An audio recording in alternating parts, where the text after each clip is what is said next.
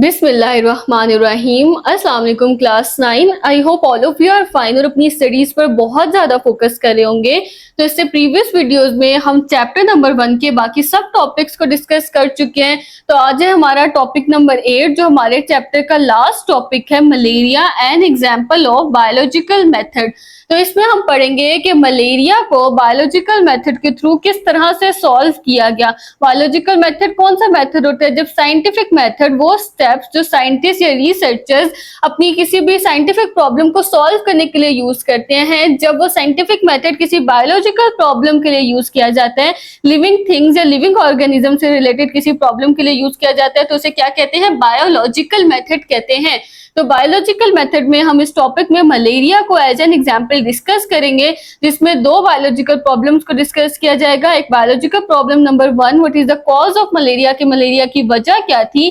Problem क्या होता है, वो क्वेश्चन जिसके ऊपर वो पूरा मेथड हम डेवलप करते हैं, जिसके ऊपर साइंटिस्ट जो है वो पूरा मेथड से उसको सॉल्व करते हैं। वो क्वेश्चन जो है वो प्रॉब्लम होता है जो कॉज बनता है इस पूरे मेथड की।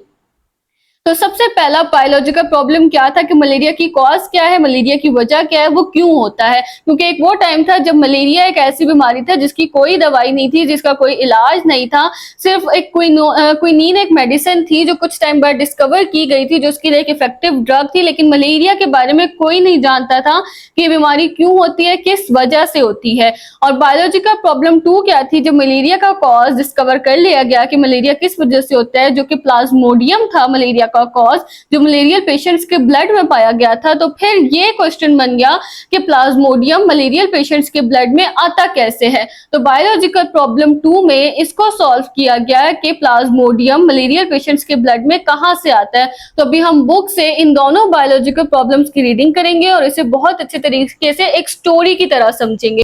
तो हमारा आज का टॉपिक है malaria an example of biological method, यानी हम बायोलॉजिकल मेथड को यूज़ करते हुए किस तरह से मलेरिया के बारे में डिस्कवर किया गया सब कुछ, वो सब हम आज के लेक्चर में पढ़ेंगे कि साइंटिस्ट ने किस तरह से मलेरिया डिजीज़ को और उसकी क्योर को, उसके इलाज को, उसकी रीज़न को कि वो किस वजह से होता है, ये सब कुछ डिस्कवर किया बायोलॉजिकल मेथड को यूज़ करते हुए। क्योंकि एक वो टाइम था जब मलेरिया का कोई इलाज नहीं होता था और लोग बस बुखार से मर जाते थे। फिर साइंटिस्ट ने इस प्रॉब्लम को सॉल्व किया और इस बायोलॉजिकल प्रॉब्लम को उन्होंने बायोलॉजिकल मेथड से सॉल्व किया। Malaria is a common disease, malaria एक कॉमन डिजीज़ है, एक आम बीमारी है इन मैनी कंट्रीज, बहुत से मुल्कों में, इंक्लूडिंग पाकिस्तान, जिसमें पाकिस्तान भी शामिल है।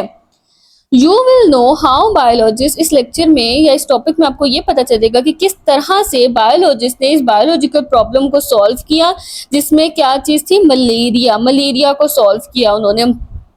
पहले ना आप लोगों की जो ओल्ड बुक थी उसमें ये scientific method, theory, law, malaria, ये सब एक सेपरेट चैप्टर था, लेकिन आपकी इस बुक में ये सब कुछ इसी चैप्टर में इंक्लूड कर दिया गया। और ये एक बहुत इंपॉर्टेंट टॉपिक है, इसको आप लोगों ने बहुत ध्यान से करना है। In human history malaria has killed more people than any other diseases, इसमें वो ये बता रहे हैं कि इंसानी तारीख में, ह्यूमन हिस्ट्री में मलेरिया ने किसी भी और बीमारी से ज़्यादा लोगों को मारा है। मलेरिया की वजह से बहुत से लोग मरे, इस वजह से एक बहुत सीरियस डिजीज़ थी और इसका इलाज और इसकी रीज़न वगैरह डिस्कवर होना बहुत ज़्यादा ज़रूरी था।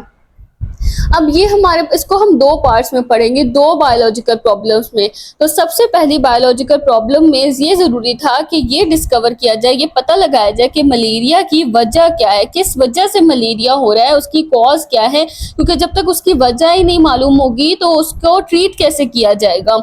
तो अब हमने पढ़ा है ना कि सबसे पहले हमें ये प्रॉब्लम तो पता चल गई, हमने प्रॉब्लम को रिकॉग्नाइज कर लिया कि लोगों को मलेरिया हो रहा है, एक बीमारी हो रही है जिसमें उनको फीवर होता है, बुखार होते हैं, चिल्स होते हैं, कपकपी तारी हो जाती है उनके जिस्म में, और फिर बहुत से लोगों की उसकी वजह से डेथ हो जाती है। तो हमने बायोलॉजिस्ट ने बायोलॉजिकल प्रॉब्लम डिस्कवर कर ली। तो अब उनका ये जो मलेरिया है इसकी वजह क्या है। तो सेकेंड स्टेप हमारे पास क्या होता था प्रॉब्लम डिस्कवर करने के बाद, कि हम उसको ऑब्जर्व करते थे ना, ऑब्जर्वेशंस करते थे, मुशाहिदा करते थे। This disease was known to physicians of the ancient times. Ancient times होते पुराने वक्तों के, जो बहुत पुराने वक्तों के फिजिशियंस थे, डॉक्टर थे। कितने पुराने वक्तों के? मोर देन 2000 ईयर्स अगो, 2000 साल पुराने जो डॉक्टर्स थे उनको इस बीमारी के बारे में कुछ ना कुछ पता था। In the last part of 19th century, 19वीं सदी के आखिरी हिस्से में, there were 4 major observations about malaria. Malaria के बारे में 4 बहुत बड़ी ऑब्जर्वेशंस बनाई गई। वो क्या ऑब्जर्वेशंस थी? कि malaria and marshy areas have some relation, कि मलेरिया का और मार्शी एरियाज का आपस में कोई ना कोई ताल्लुक है, कोई ना कोई रिलेशन है। मार्शी एरियाज कौन से एरियाज होते हैं? ऐसी जमीन जो बिल्कुल वो दलदल वाली जमीन होती है ना, जहाँ पे मिट्टी बिल्कुल गीली होती है, पानी खड़ा होता है और वहां से स्मेल आ रही होती है, बदबू उठ रही होती है, वो जो एरियाज होते हैं उनको हम क्या कहते हैं? Marshy areas. तो साइंटिस्ट ने उस वक्त ये ऑब्जर्व किया कि जो मार्शी एरियाज में लोग रहते हैं उनको ज्यादातर उनको मलेरिया होता है। तो इसका मतलब मलेरिया का और मार्शी एरियाज का आपस में कोई ना कोई रिलेशन है। Quinine is an effective drug for treating malaria. Malaria को ट्रीट करने के लिए उस टाइम पे जो सबसे पहली एक इफेक्टिव ड्रग डिस्कवर की गई थी, सबसे पहली मौसर ड्रग जो मलेरिया को ट्रीट करती थी, वो क्या थी? क्विनीन थी। क्विनीन जो थी ना, वो उस टाइम मलेरिया का कोई इलाज नहीं था, लेकिन साउथ अमेरिका के एक ट्री था जिसका नाम था सिंकोना ट्री। क्या नाम था? Cinchona tree. उसकी बार्क से, उसकी छाल से एक केमिकल, एक जड़ी बूटी निकाली गई जिसको हम क्या कहते हैं? क्विनीन कहते हैं। साइंटिस्ट उसको क्या बोला? क्विनीन। और ये जो था वो मलेरिया के फीवर को भी थोड़ा कम कर देता था, और जो मलेरिया का पैरासाइट था, जिस ऑर्गेनिज्म की वजह से मलेरिया होता था, उसको मार देता था। तो ये एक इफेक्टिव ड्रग था उस टाइम पे मलेरिया के लिए। Drinking the water of marshy areas does not cause malaria. अच्छा, अब साइंटिस्ट ने एक और ऑब्जर्वेशन बनाई कि मार्शी एरियाज का पानी पीने से मलेरिया नहीं होता। अब ये ऑब्जर्वेशन साइंटिस्ट ने कैसे बनाई? उन्होंने कहा कि जो लोग मार्शी एरियाज में रहते हैं, अगर वहाँ का पानी पीने की वजह से मलेरिया होता तो वहाँ पर रहने वाले लोगों को हमेशा हर वक्त मलेरिया होना चाहिए था, लेकिन ऐसा नहीं था। उनको हर वक्त मलेरिया नहीं होता था, यानी कुछ लोगों को मलेरिया होता था या ज्यादातर लोगों को होता था, लेकिन सबको नहीं होता था। फिर साइंटिस्ट ने उन मार्शी एरियाज का जो पानी था वो ऐसे लोगों को पिलाया जो नॉन मार्शी एरियाज में रहते थे, यानी कि जो उन इलाकों में नहीं रहते थे, ऐसे दलदली जमीन वाले इलाकों में नहीं रहते थे। जब उनको वो पानी पिलाया गया तो उनको मलेरिया नहीं हुआ, जिससे साइंटिस्ट को ये पता चला कि मार्शी एरियाज का पानी पीने की वजह से मलेरिया नहीं हो रहा, मलेरिया की कोई और रीजन है। Quinine was the only remedy for malaria from the 17th to the 20th century। 17वीं सदी से लेकर 20वीं सदी तक इतना अरसा सिर्फ और सिर्फ क्विनीन को ही मलेरिया के लिए रेमेडी के तौर पर, इलाज के तौर पर इस्तेमाल किया गया। फोर्थ ऑब्जर्वेशन क्या थी जो साइंटिस्ट ने की? कि Plasmodium was seen in the blood of malarial patients, यानी जो भी मलेरिया के पेशेंट्स थे उनके ब्लड में क्या देखा गया? प्लाज्मोडियम को देखा गया। अब तक क्या 4 ऑब्जर्वेशन हुई कि मलेरिया का और मार्शी एरियाज का कुछ ना कुछ रिलेशन है आपस में, और क्विनीन जो थी वो उसके लिए एक इफेक्टिव ड्रग थी, क्विनीन से उसके इलाज हो सकता था। और उसके बाद जो लोग मार्शी एरियाज का पानी पीते हैं उससे मलेरिया नहीं होता। और चौथी ऑब्जर्वेशन ये थी कि मलेरिया पेशेंट्स के ब्लड में किसको देखा गया? प्लाज्मोडियम को देखा गया। अब ये कैसे ऑब्जर्वेशन हुई? इन 1878 में एक फ्रेंच आर्मी फिजिशियन था, उसका नाम था लेब्रॉन। उसने एक रिसर्च की किस पर? कॉज ऑफ मलेरिया के ऊपर, मलेरिया की वजह क्या हो सकती है, उसकी कॉज क्या हो सकती है, उस पर उसने क्या की? रिसर्च की। He took the blood from the malarial patient. उसने मलेरियल पेशेंट का क्या लिया? ब्लड लिया, and examined it under microscope, और माइक्रोस्कोप में उसने उसको एग्जामिन किया। जब उसने माइक्रोस्कोप में उस ब्लड का को मायना किया, उसको देखा, he notice some micro organisms in the blood. तो उसको उस ब्लड में कुछ छोटे छोटे से माइक्रो ऑर्गेनिजम, छोटे ऑर्गेनिजम्स, हमने फर्स्ट लेक्चर में पढ़ा था, माइक्रो ऑर्गेनिजम्स ऐसे ऑर्गेनिजम्स होते हैं जिनको माइक्रोस्कोप की हेल्प से देखा जाता है और वो हमें अपनी आईज से नजर नहीं आते। तो उसे उसके ब्लड में क्या नजर आया? माइक्रो ऑर्गेनिजम्स नजर आए। The micro organisms was given the name a Plasmodium. उस माइक्रो ऑर्गेनिज्म को क्या नेम दिया गया? प्लाज्मोडियम नेम दिया गया। प्लाज्मोडियम नेम क्यों दिया गया? क्योंकि वो जो माइक्रो ऑर्गेनिज्म था वो कॉन्टिन्यूसली जो था वो अपनी शेप चेंज कर रहा था, बार बार मुसलसल वो शेप चेंज कर लेता था, बदल लेता था और मूव कर रहा था मुसलसल, वो रुका हुआ नहीं था, वो ब्लड के अंदर मूव कर रहे थे, वो ऑर्गेनिज्म मुसलसल अपनी शेप चेंज कर रहे थे। तो साइंटिस्ट उसको क्या नाम दिया? प्लाज्मोडियम, यानी कि shapeless little micro organisms, shapeless little organisms होता है। प्लाज्मोडियम का मतलब होता है, प्लाज्मा हम कहते हैं ट्रांसपेरेंट जेली लाइक या शेपलेस किसी चीज को, और ओडियम हम कहते हैं छोटे ऑर्गेनिजम्स को। तो प्लाज्मोडियम इसको इस वजह से नाम दिया गया क्योंकि वो छोटे छोटे से शेपलेस ऑर्गेनिजम्स थे। किसी भी बायोलॉजिकल प्रॉब्लम को सॉल्व करने के लिए ऑब्जर्वेशन के बाद जो स्टेप होता है वो होता है हाइपोथेसिस, यानी कि गेस करना, अंदाजा लगाना, एक टेंटेटिव स्टेटमेंट देना उसके बारे में। ये जो है ना आपके पेपर में इस तरह से क्वेश्चन आ जाता है कि जो बायोलॉजिकल प्रॉब्लम 1 थी उसका हाइपोथेसिस क्या था या उसका डिडक्शन क्या था या उसमें कौन सी 4 ऑब्जर्वेशंस की गई।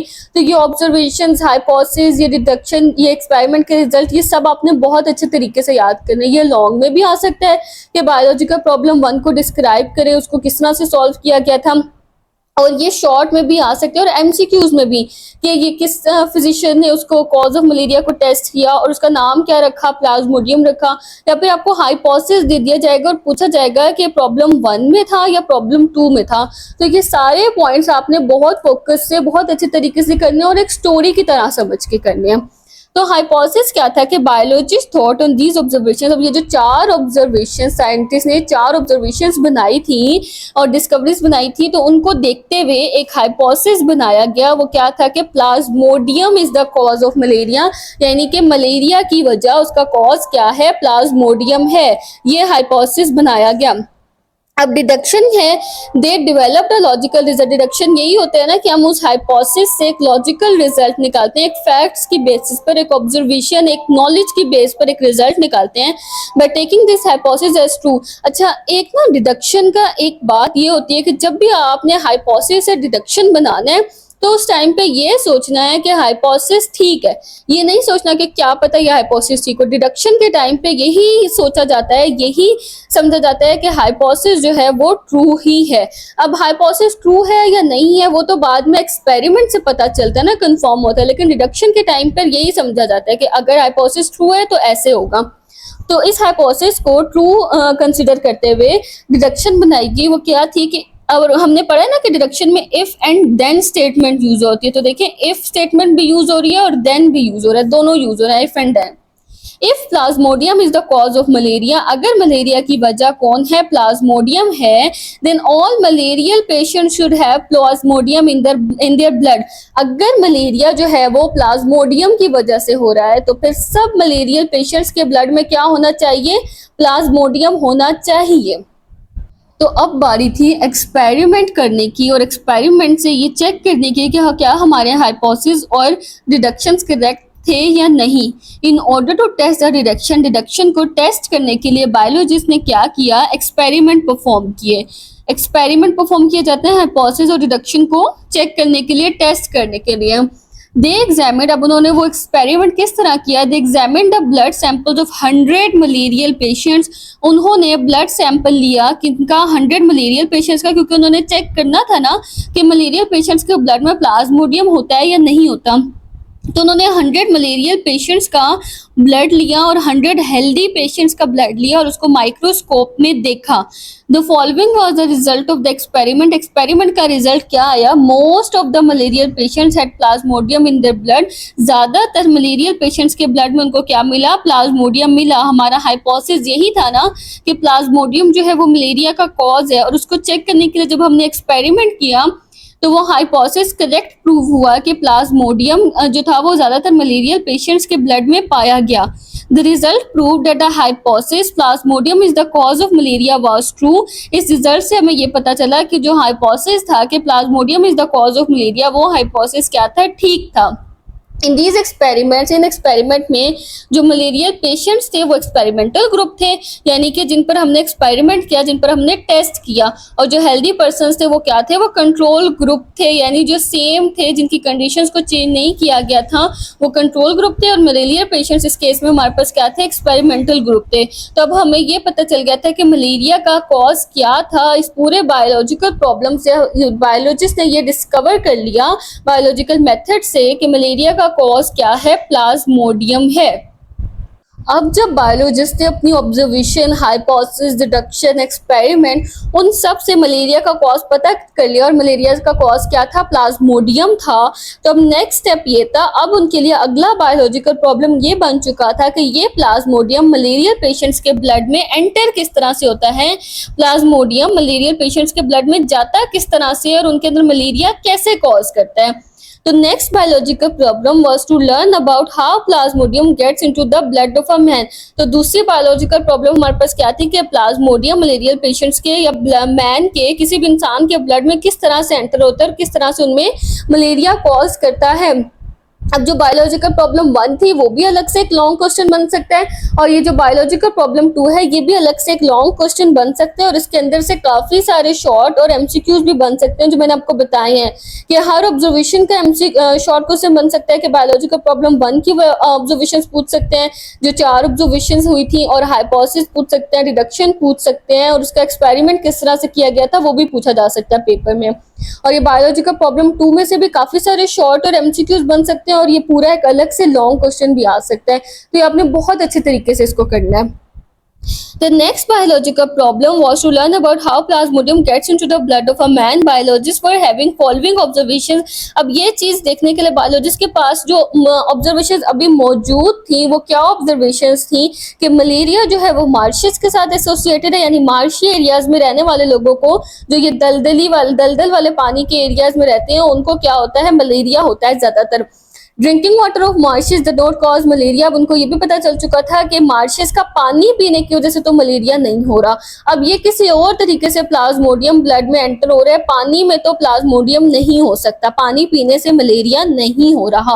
और वो उन्होंने चेक किया था, जो लोग मार्शी एरियाज में नहीं रहते तो उनको भी वो पानी पिलाया गया तो उनको मलेरिया नहीं हुआ, जिससे उनको ये पता चला कि इस पानी की वजह से मलेरिया नहीं होता।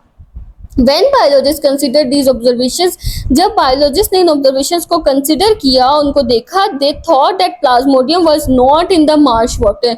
तो फिर उनको ये पता चला कि plasmodium जो था वो marshes के पानी में नहीं था, पानी के अंदर जो था वो plasmodium present नहीं था। अब बायोलॉजिकल प्रॉब्लम तो साइंटिस्ट के माइंड में आ चुकी थी कि प्लाज्मोडियम कैसे ब्लड में एंटर होता है और उसकी कुछ पुरानी ऑब्जर्वेशन से भी उसको कुछ ना कुछ समझा जा चुका था।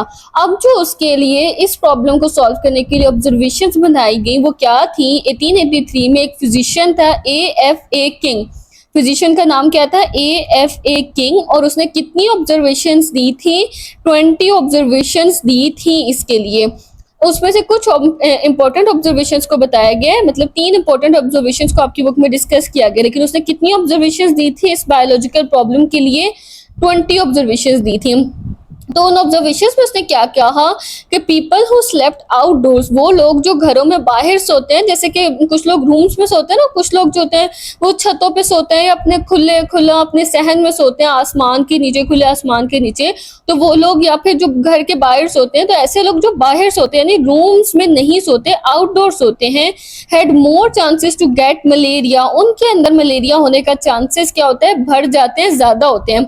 देन हु स्लेप्ट इनडोर्स, बजाय उन लोगों के जो इनडोर्स होते हैं, जो रूम के अंदर सोते हैं।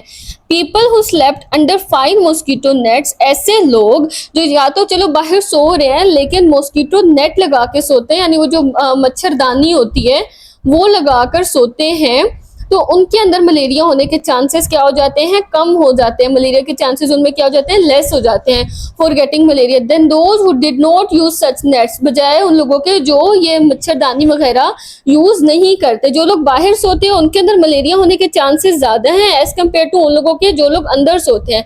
और जो लोग मच्छरदानी पहनते हैं, सोते हुए लगाते हैं, उनके अंदर भी मलेरिया होने के चांसेस कम थे एज कम्पेयर टू वो लोग जो ऐसे मॉस्किटो नेट्स वगैरह यूज नहीं करते।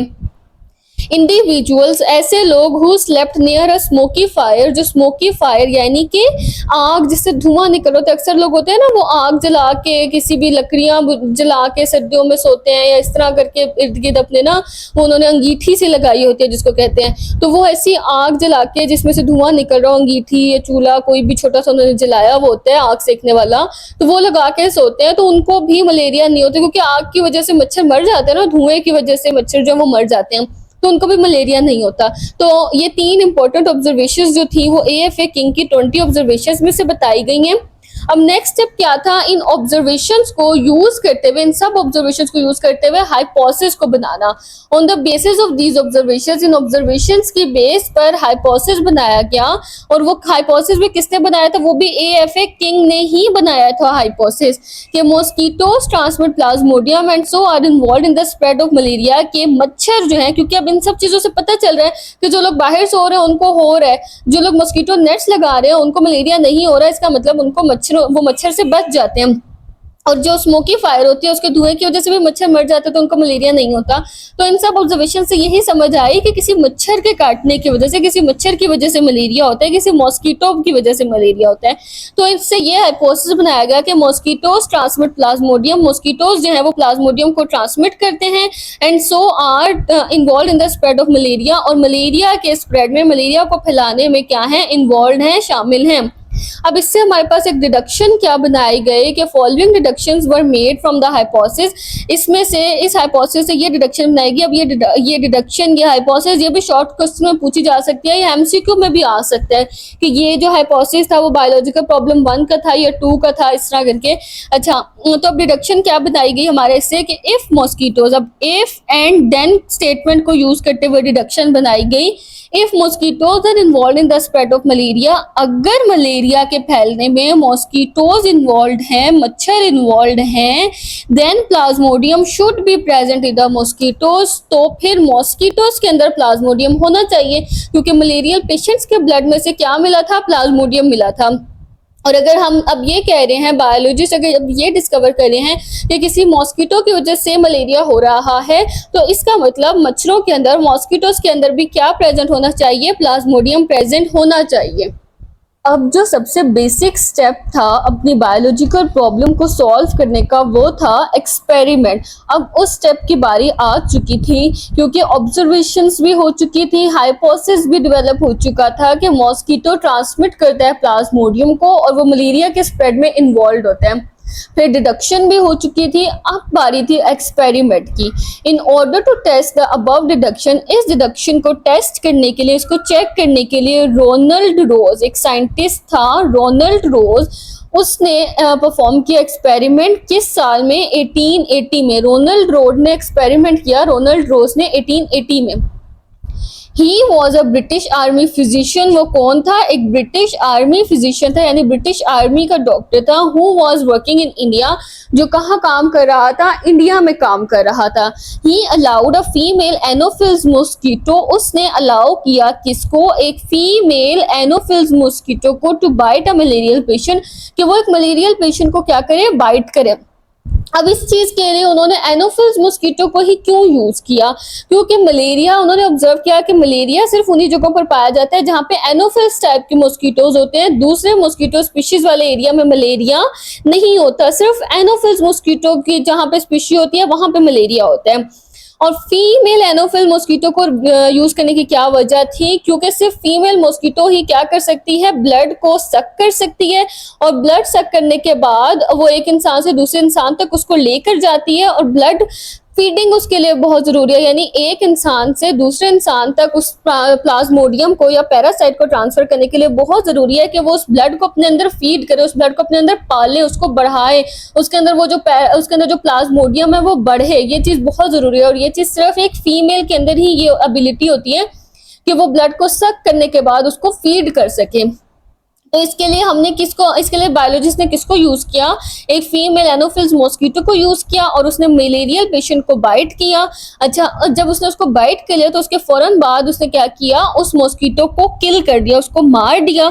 और उसको मारने के बाद उसको क्या मिला कि उसके अंदर जो थे, उसके स्टमक के अंदर बहुत सारे जो प्लाज्मोडियम थे ना वो डिवाइड हो रहे थे, यानी कि वो उस फीमेल एनोफिल्स मॉस्किटो के स्टमक में बहुत सारे जो प्लाज्मोडियम थे ना वो डिवाइड हो रहे थे। एज द नेक्स्ट एक्सपेरिमेंट के तौर पे, एक दूसरे एक्सपेरिमेंट के तौर पे उसने क्या किया, उसने सोचा, he thought to allow an infected mosquito, उसने एक इन्फेक्टेड मॉस्किटो को, यानी कि एक ऐसा मॉस्किटो जिसके स्लाइवरी ग्लैंड्स में मलेरिया के पैरासाइट जो है वो मौजूद होते हैं, ऐसा मॉस्किटो जिसके स्लाइवरी ग्लैंड में मलेरिया के पैरासाइट मौजूद हैं, उसको उसने क्या किया, बाइट करवाया एक हेल्दी पर्सन से। If the hypothesis was true, अगर ये हाइपोथेसिस ट्रू था, ठीक था, तो जो हेल्दी पर्सन था उसको क्या हो जाना चाहिए था, उसको मलेरिया हो जाना चाहिए था, but he did not use human beings for such risky experiment. लेकिन इस रिस्की एक्सपेरिमेंट के लिए उसने किसको, ये जो बहुत खतरनाक एक्सपेरिमेंट था ना, मलेरिया से तो डेथ भी हो जाती है, तो उसने इस रिस्की एक्सपेरिमेंट के लिए ह्यूमन बींग्स को यूज नहीं किया। अच्छा, जब साइंटिस्ट थे ना उससे उसमें देखा माइक्रोस्कोप स्टडीज में, तो उनको पता चला था कि मलेरिया का जो पैरासाइट है ना प्लाज्मोडियम, वो एनोफिल्स मॉस्किटो के अंदर डेवलप करता है, दूसरी स्पीशीज में वो डेवलप नहीं होता, तो उन्होंने इसलिए एनोफिल्स मॉस्किटो से ही उसको बाइट करवाया। रोज परफॉर्म्ड हिज एक्सपेरिमेंट अगेन। अच्छा, रोज ने, अब ये जो रोनाल्ड रोज साइंटिस्ट था, उसने अपने एक्सपेरिमेंट को दोबारा से किया, लेकिन इस दफा उसने ह्यूमंस को यूज नहीं किया। इस दफा उसने किसको यूज किया, उसने स्पैरोज को यूज किया। और ये बात आपके एमसीक्यू में आ सकती है कि रोनाल्ड रोज ने किस पर एक्सपेरिमेंट किया, तो रोनाल्ड रोज ने स्पैरोज पर एक्सपेरिमेंट किया था इंस्टेड ऑफ ह्यूमंस के बजाय। ही अलाउड फीमेल क्यूलेक्स मॉस्किटो, उसने फीमेल क्यूलेक्स मॉस्किटो को अलाउ किया। किसको अलाउ किया, फीमेल क्यूलेक्स मॉस्किटो को, कि वो स्पैरो को बाइट करे। अब यहाँ पे आपके माइंड में आना चाहिए कि मलेरिया तो एनोफिल्स से स्प्रेड होता था, तो यहाँ पे क्यूलेक्स मॉस्किटो क्यों यूज हो रहा है, क्यूलेक्स को क्यों यूज किया गया, क्योंकि जो मलेरिया है ना वो ह्यूमंस में उसका प्लाज्मोडियम डिफरेंट है, और जो बर्ड्स है ना उनके अंदर उसका प्लाज्मोडियम डिफरेंट है। ह्यूमंस में जो होता है ना वो प्लाज्मोडियम वाइवेक्स होता है और प्लाज्मोडियम फेल्कीपेरम। इस टाइप, ये जो प्लाज्मोडियम की टाइप्स है ना, फेल्कीपेरम और प्लाज्मोडियम वाइवेक्स और प्लाज्मोडियम फेल्कीपेरम, ये ह्यूमंस में होते हैं। लेकिन और वो किस में पाया जाता है, वो एनोफिल्स मॉस्किटो में पाए जाते हैं। लेकिन बर्ड्स में होता है प्लाज्मोडियम रेलिक्टम, प्लाज्मोडियम रेलिक्टम होता है बर्ड्स के अंदर, इस वजह से। और वो क्यूलेक्स मॉस्किटोज में, क्यूलेक्स जो मॉस्किटोज की टाइप है, स्पीशी है, उनके अंदर पाया जाता है। इस वजह से जब बर्ड्स पर एक्सपेरिमेंट किया, स्पैरो पर एक्सपेरिमेंट किया, तो क्यूलेक्स मॉस्किटो को यूज किया गया। उसने क्या किया, उसने स्पैरो को बाइट किया, एक ऐसी स्पैरो को जिसको मलेरिया था, जो मलेरिया की पेशेंट थी, ऐसी स्पैरो को उसने बाइट किया। और then he studied some of these mosquitoes at different types. उसने मॉस्किटोज को डिफरेंट टाइम्स पर स्टडी किया, यानी हर कुछ देर बाद, हर कुछ टाइम बाद उसने इस मॉस्किटो को क्या किया, स्टडी किया। He found that plasmodium multiplied in the walls of the mosquito stomach. उसने ये देखा कि जो प्लाज्मोडियम था ना, यानी कि एक मलेरियल स्पैरो थी जिसको मलेरिया हुआ था, उसको क्यूलेक्स मॉस्किटो से क्या करवाया, बाइट करवाया। बाइट करवाने के बाद, मतलब क्यूलेक्स मॉस्किटो ने उसको बाइट कर लिया, फिर अब उस साइंटिस्ट ने उस क्यूलेक्स मॉस्किटो को क्या किया, स्टडी किया डिफरेंट टाइम्स पर। अब उसने क्या देखा कि जो प्लाज्मोडियम था, क्योंकि जो मलेरियल स्पैरो थी उसके अंदर तो प्लाज्मोडियम था ना ऑलरेडी, प्लाज्मोडियम की वजह से ही तो मलेरिया हो रहा है, और हमने ये ढूंढना है कि प्लाज्मोडियम आया कैसे उस जिसकी वजह से मलेरिया हुआ। तो अब जब क्यूलेक्स मॉस्किटो ने उस मलेरिया वाले स्पैरो को बाइट कर लिया, तो जो प्लाज्मोडियम था वो इसके अंदर आया, और इसके अंदर आके प्लाज्मोडियम इसके अंदर डिवाइड होने लग गया। तो साइंटिस्ट ने जब डिफरेंट टाइम्स पर उसको स्टडी किया, तो उसने देखा कि वो जो प्लाज्मोडियम था, वो उसकी जो स्पैरो की जो मॉस्किटो की जो स्टमक थी, स्टमक जो उसका मैदा है, जो उसका स्टमक है, उसकी वॉल्स के अंदर वो मुसलसल क्या हो रहा था, मल्टीप्लाई हो रहा था, मुसलसल डिवाइड हुए जा रहा था, बहुत ज्यादा में मल्टीप्लाई होकर कंटिन्यू हो रहा था। And then moved into its salivary gland, और फिर उसके सलाइवरी ग्लैंड यानी कि उसके मुंह में, उसके सलाइवा में आ जाता था। मॉस्किटो जब भी किसी को बाइट करती है ना, तो उसका जो सलाइवा होता है ना, वो अपनी बाइट में वो सलाइवा ही उसके अंदर ट्रांसफर करती है, और उसके सलाइवा के अंदर ही वो प्लाज्मोडियम प्रेजेंट होता है, जो कि उस पर्सन के अंदर जाते हैं और मलेरिया कॉज करता है। तो अब क्या हुआ कि उसने ये फाइंड किया कि वो जो उसकी स्टमक में प्लाज्मोडियम था वो कॉन्टिन्यूसली मल्टीप्लाई हुआ और उसके सलाइवरी ग्लैंड्स में आ गया। अच्छा, ये प्रोसीजर पता है क्या होता है कि सबसे पहले जो मलेरियल पेशेंट होता है ना, उसके अंदर क्या होते हैं, प्लाज्मोडियम प्रेजेंट होता है।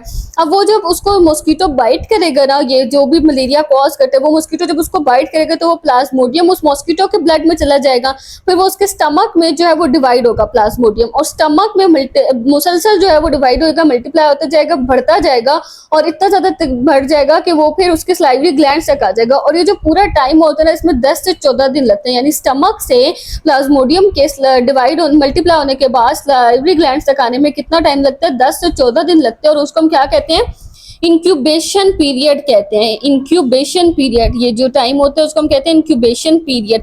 ये आप लोगों की ना जो पुरानी बुक थी उसमें इंक्यूबेशन पीरियड बताया हुआ था क्या होता है। किसी भी बीमारी के जब बॉडी में आने के बाद उसके सिम्टम्स डेवलप होने तक का जो टाइम होता है ना उसको हम कहते हैं इंक्यूबेशन पीरियड। यानी आपको एक बीमारी हो तो चुकी है लेकिन अभी तक उसके अलामात जाहिर नहीं होना शुरू हुई, सिर्फ वो अभी आपकी बॉडी में मल्टीप्लाई हो रही है, थोड़े टाइम बाद उसके अलामात जाहिर होंगी। तो वो जो टाइम होता है ना उसके बॉडी में आने के बाद उसके सिम्टम्स जाहिर होने तक का, उसको हम कहते हैं इंक्यूबेशन पीरियड। अच्छा, अब 10 से 14 दिन का इंक्यूबेशन पीरियड होता है जिसमें वो जो प्लाज्मोडियम होता है वो मल्टीप्लाई होते हैं उस मॉस्किटो के स्टमक के अंदर और फिर उसके स्लाइवरी ग्लैंड्स तक आ जाता है और फिर वो जो मॉस्किटो होती है वो क्या बन जाता है, वो इन्फेक्टेड मॉस्किटो बन जाता है। अब वो अगर किसी भी हेल्दी पर्सन को बाइट करेगा तो वो उसके अंदर क्या ट्रांसफर कर देगा, प्लाज्मोडियम ट्रांसफर कर देगा, क्योंकि उसके स्लाइवरी ग्लैंड्स में क्या आ चुका है, प्लाज्मोडियम आ चुका है। तो वो प्लाज्मोडियम अब हेल्दी पर्सन में जब ट्रांसमिट होगा तो हेल्दी पर्सन को भी क्या हो जाएगा, मलेरिया हो जाएगा। अच्छा, अब यहाँ पे जब मैं 9th क्लास में थी ना तो मेरे माइंड में एक क्वेश्चन आता था कि बाइट कैसे करवाते हैं मॉस्किटो से। मॉस्किटो तो अपनी मर्जी से उड़ता फिर रहे, हम अपनी मर्जी से बाइट करते हैं। ऐसे थोड़ी हो सकता है कि एक मॉस्किटो को हम बोलें कि जाओ तुम उसको बाइट करके आ जाओ और वो उसको बाइट करके आ जाएगा, तो ऐसे नहीं होता था। साइंटिस्ट जो है ना वो क्या करते थे, वो एक स्पेशल क्या लेते हैं, टेस्ट ट्यूब्स लेते हैं। एक स्पेशल उनके पास होती है टेस्ट ट्यूब्स होती हैं या फिर केज कहते हैं हम उसको, सही है, या जाल सा या टेस्ट ट्यूब होती है स्पेसिफिकली उनके पास स्पेशल किस्म की, और उसके अंदर एक कॉटन प्लग डला होता है। जैसे टेस्ट ट्यूब होगी और उसके अंदर क्या डला हुआ होगा, कॉटन प्लग सा, यूं कॉटन सी डली हुई होगी और उसके ऊपर वो उस मॉस्किटो को ना रखते हैं ताकि वो उड़ ना जाए। उसके अंदर से वो बंद होती है या फिर उसके अंदर जो भी उसके लिए जो नेसेसिटीज चीजें होती हैं वो उसको प्रोवाइड करते हैं, क्योंकि वो स्पेशली इसी काम के लिए बनाई गई होती है ना टेस्ट ट्यूब, ताकि मॉस्किटो उसके अंदर जिंदा भी रहे लेकिन उसके अंदर से उड़े भी नहीं। फिर वो क्या करते हैं, उस टेस्ट ट्यूब को ना अगर उन्होंने किसी भी जगह पे बाइट करवाना, जैसे स्पैरो को बाइट करवाना या फिर किसी पर्सन को बाइट करवाना, तो वो उसके आर्म या फोर आर्म के पास उस टेस्ट ट्यूब को लेकर जाएंगे या फिर स्पैरो के पास लेकर जाएंगे तो वो मॉस्किटो जो है वो उसको बाइट कर जाता है। बाइट करने के बाद फिर वो मॉस्किटो रहता तो उसी के अंदर है, वो केज बस या टेस्ट ट्यूब जो है वो उसके पास लेकर जाते हैं, वो उसको बाइट कर लेते हैं। उसके बाद वो उसी टेस्ट ट्यूब के अंदर रहता है। फिर वो साइंटिस्ट जो है वो उसको उसके अंदर ही एग्जामिन करते हैं, चेक करते हैं कि इसके अंदर क्या हो रहा है, जिस तरह से प्लाज्मोडियम डिवाइड हो रहा है वो सब कुछ चेक करते हैं। और फिर जब उसका इंक्यूबेशन पीरियड पूरा हो जाता है, जब वो स्टमक से डिवाइड होकर उसके स्लाइवरी ग्लैंड्स तक आ जाते हैं प्लाज्मोडियम, तो फिर वो दोबारा किसी हेल्दी पर्सन को बाइट करवाते हैं और चेक करते हैं कि हेल्दी पर्सन में मलेरिया हुआ या नहीं हुआ। तो इस तरह से ये पूरा प्रोसेस होता है। He allowed some infected mosquitoes। अब ये जो infected mosquitoes थी जिनके अंदर स्लाइवरी ग्लैंड्स में वो आ चुका था plasmodium, to bite healthy sparrows. अब वो इन्फेक्टेड मॉस्किटोज ने क्या किया, हेल्दी स्पैरोज को बाइट किया। Ross found that these healthy sparrows got malaria. अब उस रोनाल्ड रोज को क्या पता चला, उस बायोलॉजिस्ट को, उस साइंटिस्ट को, कि वो जो हेल्दी स्पैरोज थी उनको क्या हो गया, उनको मलेरिया हो गया। When he examined the blood of these sparrows, जब उसने इन स्पैरोज के ब्लड को एग्जामिन किया जिनको मलेरिया हो चुका था, तो फिर उसने देखा कि उनके अंदर बहुत सारे प्लाज्मोडियम प्रेजेंट थे। प्लाज्मोडियम की जो प्लूरल होती है ना, क्योंकि काफी सारे प्लाज्मोडियम थे तो उनकी प्लूरल होगी, तो प्लाज्मोडियम की प्लूरल होती है प्लाज्मोडिया, तो उसके अंदर काफी सारे क्या प्रेजेंट थे, प्लाज्मोडिया प्रेजेंट थे। So it prove the hypothesis. तो इससे हमें ये पता चला कि जो हाइपोथेसिस था कि मॉस्किटोज ट्रांसमिट करते हैं प्लाज्मोडियम को, ये हाइपोथेसिस क्या था, ये करेक्ट था। So mosquitoes are involve in the spread of malaria. तो अब ये जाहिर हो चुका था कि मॉस्किटोज जो हैं वो मलेरिया को फैलाने में शामिल होते हैं। मलेरिया के फैलने की वजह कौन है, मॉस्किटोज। तो पहली biological problem cause of malaria कौन थी, प्लाज्मोडियम। और दूसरी बायोलॉजिकल प्रॉब्लम के प्लाज्मोडियम स्प्रेड कैसे होता है, आता कैसे है, फैलता कैसे है, ह्यूमंस के ब्लड तक कैसे आता है, तो वो कैसे आता है, वो मॉस्किटोज के थ्रू आता है। Experiments on human beings. अब ये एक्सपेरिमेंट किस पर किया गया, ह्यूमन बींग्स पर, इंसानों पर भी करके चेक किया गया। इन द एंड, आखिर में experiments were performed on human beings. Experiment जो थे वो ह्यूमन बींग्स पर भी किए गए, इंसानों पर भी किए गए। एंड में to test the hypothesis, hypothesis को चेक करने के लिए, उसको टेस्ट करने के लिए। इन 1898 में एक इटालियन बायोलॉजिस्ट था, वो अलाउड एन एनोफिल्स मॉस्किटो। उसने क्या किया, एक इटालियन बायोलॉजिस्ट था, उसने अलाउ किया एनोफिल्स मॉस्किटो को, क्योंकि अब ह्यूमंस का केस है ना, तो ह्यूमंस के केस में कौन सा मॉस्किटो यूज होता है, एनोफिल्स। और स्पैरोज के या बर्ड्स के केस में कौन सा यूज हो रहा था हमारे पास, मॉस्किटो क्यूलेक्स। ये बात भी आप लोगों ने याद रखनी है। तो बर्ड्स के केस में हमारे पास क्यूलेक्स था और ह्यूमंस के केस में कौन सा मॉस्किटो है, एनोफिल्स। और female culex, female anopheles. To bite the malarial patient. अब उस फीमेल एनोफिल्स मॉस्किटो ने मलेरियल पेशेंट को क्या किया, बाइट किया। The infected mosquito was then allowed to bite a healthy man. फिर उस इन्फेक्टेड मॉस्किटो से हेल्दी मैन को बाइट करवाएगा। अब ये पूरा प्रोसेस आपको पता है कि कैसे हुआ होगा। कि पहले उसने मलेरिया पेशेंट को बाइट किया, प्लाज्मोडियम उसके स्टमक में गए, फिर 10 to 14 डेज लगे उसके स्टमक में, वो मल्टीप्लाई हुए कॉन्टिन्यूसली, बहुत ज्यादा तादाद में हो गए और उसके स्लाइवा में आ गए। इस पूरे टाइम को हमने बोला इंक्यूबेशन पीरियड। जब इंक्यूबेशन पीरियड पूरा हो गया, वो इन्फेक्टेड मॉस्किटो बन गया। उस इन्फेक्टेड मॉस्किटो ने जो है वो जाके बाइट किया एक हेल्दी पर्सन को। जब उसने हेल्दी पर्सन को बाइट किया तो उसके स्लाइवा जो था, क्योंकि जब वो बाइट करता है कोई भी मॉस्किटो तो उसका स्लाइवा ट्रांसमिट होता है, वो हमसे ब्लड लेता है और अपना स्लाइवा हमारे अंदर ट्रांसमिट कर देता है।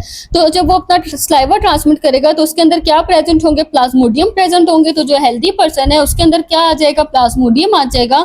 तो उसको क्या हो जाएगा, मलेरिया, क्योंकि प्लाज्मोडियम जो है वो क्या कॉज करता है, मलेरिया कॉज करता है। अब ये पूरा प्रोसेस आपको समझ आ गया।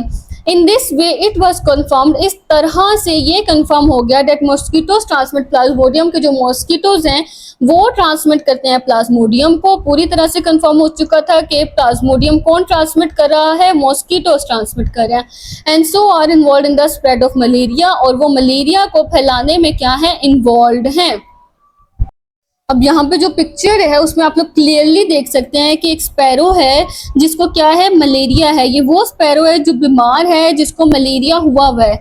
अब क्यूलेक्स हमारे पास क्या चीज़ है, एक वो मॉस्किटो जो स्पैरोज में मलेरिया कॉज करता है।